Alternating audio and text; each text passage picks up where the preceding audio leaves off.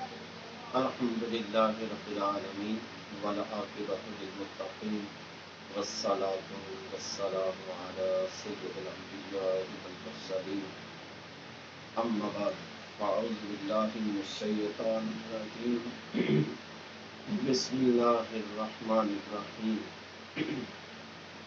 من يكفر بالطاغوت صدق الله مولانا العظيم وبلغنا رسوله النبي الكريم الأمين بلغ العلا بکمالہ کشف الدجی بجمالہ حسنت جمیع خصالہ صلوا علیہ وآلہ ان اللہ وملائکتہ یصلون علی النبی یا ایھا الذین آمنوا صلوا علیہ وسلموا تسلیما الصلاۃ والسلام علیک یا سیدی یا رسول اللہ وعلى آلك وأصحابك يا سيدي يا حبيب الله الصلاة والسلام عليك يا سيدي يا رسول الله وعلى آلك وأصحابك يا سيدي يا رحمة للعالمين تیری نسل پاک میں ہے بچہ بچہ نور کا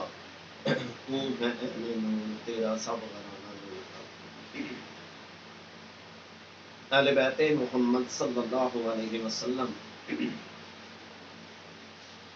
اللہ تبارک و تعالیٰ کی بہت بڑی نعمت ہے۔ ان نفوس قدسیہ کا ذکر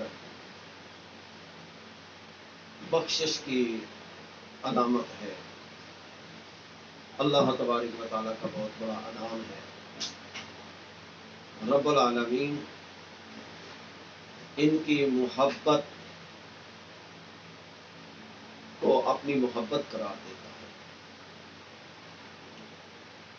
اور ان کی محبت ایمان کے حصول کا سبب ہے، اور اللہ رب العالمین نے امامت کے تاج کے لیے اپنے پیارے حبیب صلی اللہ علیہ وسلم کی اہل بیت کو کہ چند نفوس قدسیہ کو منتخب فرمایا۔ ان میں سے جس امام کی سیرت پر لب کشائی کرنا چاہتا ہوں وہ ہیں امام محمد باقر علیہ السلام۔ امام محمد باقر علیہ السلام اپنے وقت کے بہت بڑے مفسر تھے، اپنے وقت کے بہت بڑے محدث تھے، اپنے وقت کے بہت بڑے فقیہ تھے، اپنے وقت کے بہت بڑے صاحب تقویٰ تھے، اپنے وقت میں بہت بڑے صاحب حکمت تھے، اور اس کے علاوہ آپ علم نجوم اور علم الابدان کے بھی بہت بڑے اور میتھ کے بہت بڑے جو ہے اسکالر تھے۔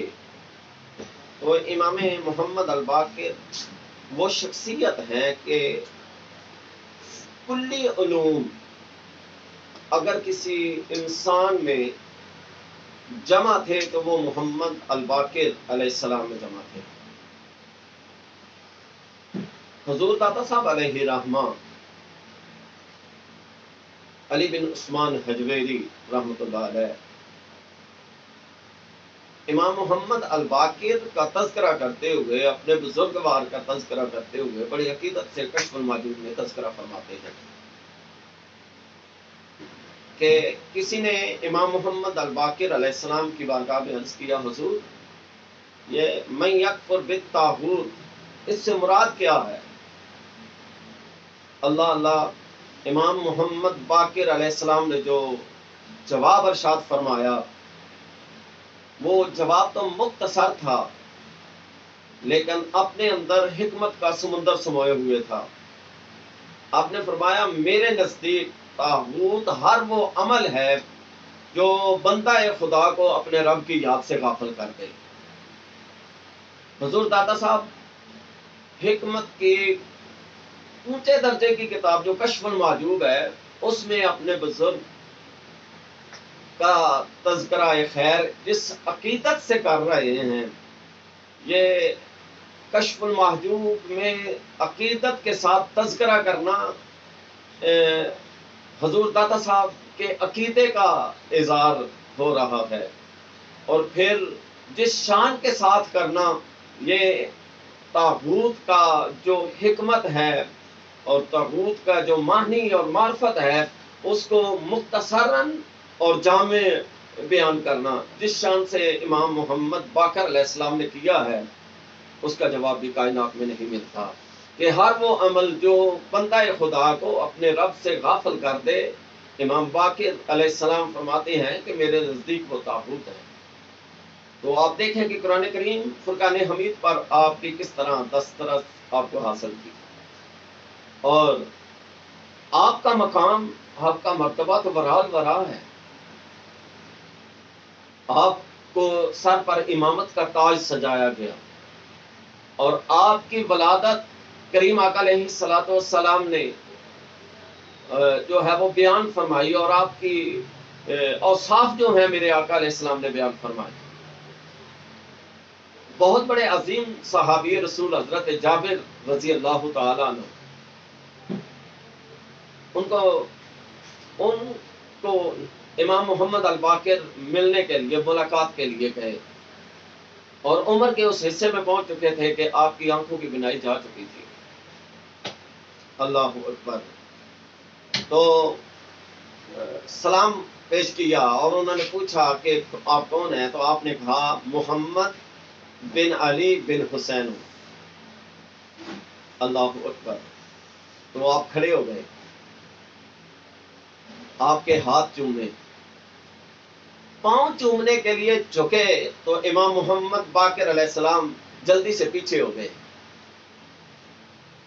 اور حکم فرمایا کہ آپ یہ کیا کر رہے ہیں؟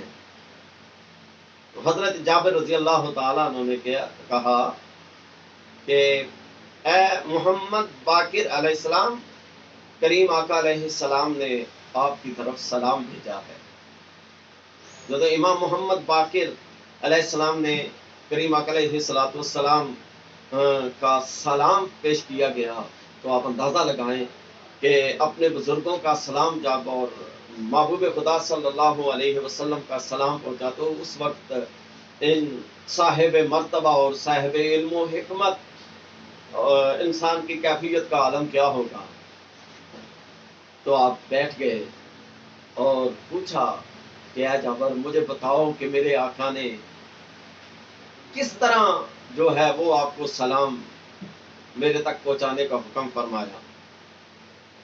تو حضرت جابر رضی اللہ تعالیٰ عنہ امام کی بارگاہ میں عرض کرتے ہیں کہ نبی کریم صلی اللہ علیہ وسلم کے بارگاہ میں بیٹھے ہوئے تھے، تو آقا علیہ السلام نے میری طرف اشارہ کر کے فرمایا، اے جابر، میرا ایک بیٹا ہوگا جس کا نام محمد الباقر ہوگا، تو اپنی زندگی میں ان سے ملاقات کرے گا، اور جب ملے تو میرا سلام پیش کر دینا۔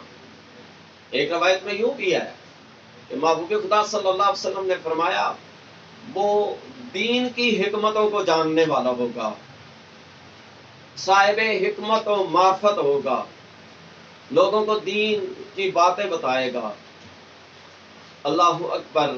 تو یہ میرے آقا علیہ السلام نے حضرت محمد الباقر کے جو اوصاف ہیں وہ اپنی حیات طیبہ میں بیان فرمائے، اور اگر آپ کی شخصیت دیکھی جائے تو آپ اس قدر علوم پر دسترس حاصل تھی آپ کو کہ جو بھی کوئی سوال کرتا ہے امام محمد الباقر علیہ السلام بڑے وسوخ سے اس کا جواب ارشاد فرماتے ہیں۔ ابو بصیر نامی آدمی نبینا تھے، نبی کریم صلی اللہ علیہ وسلم کے شہزادے کے ساتھ ملاقات ہوتی ہے اور عرض کرتے ہیں، اے محمد الباقر علیہ السلام، کیا آپ نبی کریم صلی اللہ علیہ وسلم اور تمام انبیاء کے علم کے وارث ہیں؟ آپ نے فرمایا ہاں۔ کیا آپ دین کے محافظ ہیں؟ آپ نے فرمایا جی ہاں۔ کیا ان انبیاء کو اللہ تبارک و تعالیٰ نے جو اوصاف عطا فرمائے آپ کو بھی عطا فرمائے ہیں. مثلا نابینا کو بینا کرنا، کوڑی کو درست کرنا، مردوں کو زندہ کرنا. اور جو لوگ آپ کی بارگاہ میں آتے ہیں، جو کھا کے آتے ہیں اور جو بچا کے آتے ہیں، کیا آپ بتا سکتے ہیں؟ تو امام محمد الباقر علیہ السلام نے فرمایا ہاں میں یہ سب کچھ کر سکتا ہوں. تو آپ نے ابو بصیر کو کہا قریب آؤ. جب وہ قریب آئے تو امام محمد الباقر علیہ السلام نے ان کے چہرے پہ ہاتھ پھیرا تو ان کی آنکھیں روشن ہو گئی، دنیا روشن ہو گئی. اور ساتھ ہی مخاطب کر کے فرمایا آپ دو باتیں ہیں، جو آپ کا جی چاہے قبول کر لو. اگر آپ چاہتے ہیں کہ آپ کی آنکھیں روشن رہیں تو آپ کی مرضی. اگر آپ چاہتے ہیں کہ آنکھوں کے بغیر گزارا ہو جائے گا، بغیر حساب کے جنت چلا جاؤں، اب آپ کی مرضی ہے، جس کو مرضی قبول کر لیں. تو اس نے کہا نہیں حضور، میں جس حال میں تھا اس حال میں راضی ہوں، میں بغیر حساب کے جنت میں جانا چاہتا ہوں. تو امام محمد الباقر علیہ السلام وہ عظیم شخصیت ہیں جن کی کرامات بھی بے شمار کرامات ہیں. اللہ اکبر. تو آپ نے اپنے زمانے میں بہت عمدہ اور بہت خوبصورت زندگی گزاری. کسی نے کہا کہ حضور آپ بادشاہوں کے پاس کیوں نہیں جاتے؟ آپ فرمانے لگے کہ بادشاہوں کے پاس جانے کے 3 نقصان ہیں. اللہ اکبر. پوچھا گیا حضور کیا؟ فرمایا جب بندہ بادشاہوں کی بارگاہ میں جاتا ہے نا تو وہ اپنے رب کی یاد سے غافل ہو جاتا ہے، اسے دنیا سے محبت ہونے لگتی ہے اور اس میں تکبر آ جاتا ہے، اپنی آخرت کو بھول جاتا ہے. اللہ اکبر. تو یہ شہنشاہوں کے درباروں میں جانے سے اہل معرفت اس لیے کتراتے ہیں. اور اس کی حکمت جو بیان کیا ہے امام محمد الباقر علیہ السلام نے بیان کی. اور بعد میں صاحب معرفت جتنے بھی آئے ان کی زندگی میں جب یہ کثرت سے بات پائی جاتی ہے تو میرے سمجھ میں یہی آتی ہے کہ فیضان محمد الباقر علیہ السلام ہے، کیونکہ وہ صاحب معرفت ہوتے ہیں اور صاحب معرفت کی حکمتوں کو سمجھتے ہیں. اگر آپ کا علمی مقام جاننا ہو تو اس سے بڑی بات کیا ہو سکتی ہے؟ آپ کے ہزاروں شاگرد ہیں، لیکن ان شاگردوں میں سے ایک عظیم شاگرد ہے جس کو امام اعظم ابو حنیفہ رحمۃ اللہ علیہ کہا جاتا ہے. یہ امام اعظم ابو حنیفہ رضی اللہ تعالیٰ عنہ امام محمد الباقر کے شاگرد ہیں. اور پھر امام محمد الباقر کو یہ بھی اعزاز حاصل ہے کہ امام اعظم ابو حنیفہ رحمۃ اللہ علیہ آپ امام جعفر الصادق علیہ السلام کے بھی شاگرد ہیں.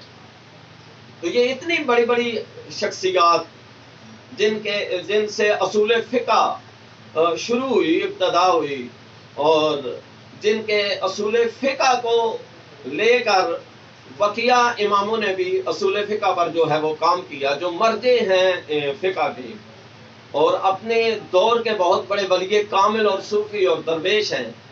تو امام محمد الباقر علیہ السلام ایسی عظیم شخصیتوں کے استاد ہیں. تو سامعین محترم، آپ کی زندگی تو بے مثال زندگی ہے. اگر علم کی دنیا میں دیکھا جائے تو آپ کی مثل کوئی نہیں نظر آتا. اگر تقویٰ، زہد، ورع، سخاوت، تو یہ اس گھر کا تو وتیرہ ہے. اور ان لوگوں کی زندگیاں ہمارے لیے مشعل راہ ہیں. وہ اتنے بڑے ہو کر اس عاجزی سے زندگی گزار گئے. سامعین محترم، ان لوگوں کی زندگیوں کو اہل علم نے دین کہا ہے اور حقیقت دین کہا ہے. اور اگر دین کی معرفت حاصل کرنی ہو تو ان لوگوں کے نقش قدم پہ چلنا ہوگا.